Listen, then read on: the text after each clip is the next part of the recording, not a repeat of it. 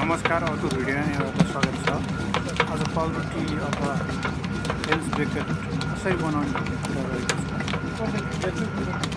सुरुमा त यसलाई मिक्सरमा मिक्सिङ गरिन्छ, सबै मैदा, पानी, यसलाई दुध र बटर अनि इस्ट अलि चाहिँदैन। यसलाई बनाउने तरिका चाहिँ बेलनाकारमा माड्नुपर्छ र लामो आकारमा बनाउनुपर्छ।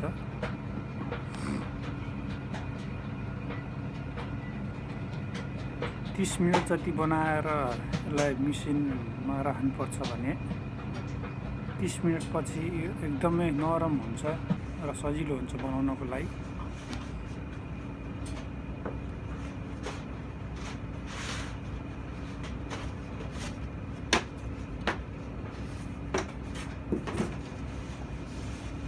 नरम भएन भने फुलिँदैन र सार हुन्छ पाउरोटी, त्यसैले एकदमै ध्यान दिनुपर्छ।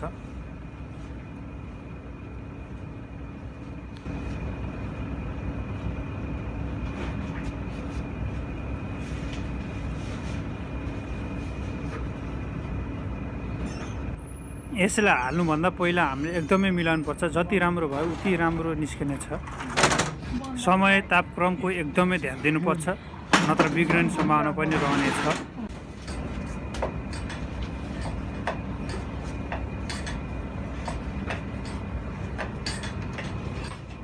अरूभन्दा अलि भिन्न रहेको छ। यसमा हल्का कोदाको पिठो पनि सामेल गरिएको छ र ठुलो छ।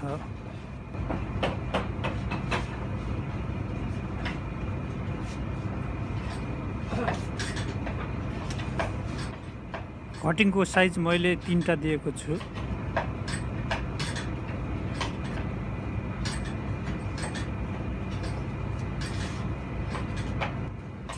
यसलाई ब्लेड अथवा नाइफले काट्न सक्नुहुनेछ। जति राम्रोसँग काट्यो उति राम्रो निस्किनेछ आकार।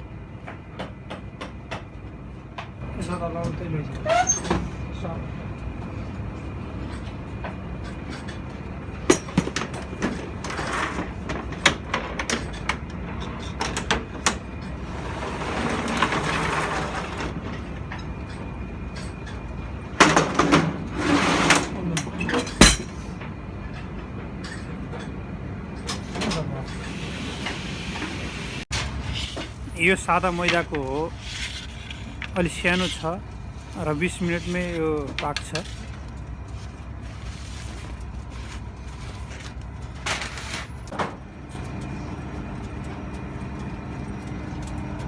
ल हेर्नुहोस्, यो ठुलो कोदाको पिठो हल्का मिसाइएको हुन्छ र यसलाई 30 मिनट टाइम दिएको छ।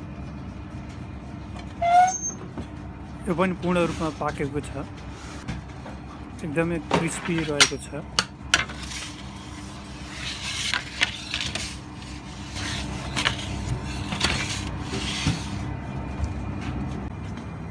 ल हेर्नुहोस्, एकदमै राम्रो देखिएको छ। तपाईँहरूले चाहे अनुसारको यसलाई सर्भ गर्न सक्नुहुनेछ।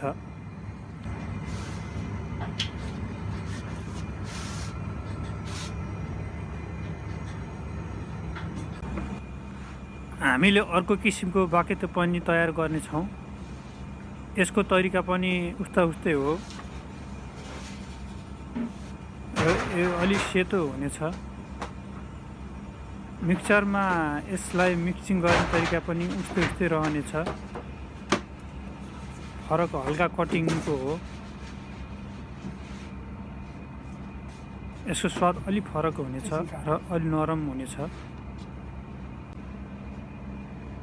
कटिङ यसलाई सिधा धर्को मात्र तानेको छ।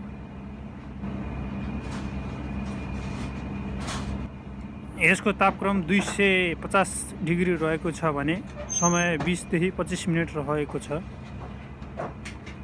एकदमै ध्यान पुर्याउनु पर्ने छ हाल्दा फेरि। थोरै मिस्टेकले पनि राम्रो नहुन सक्छ।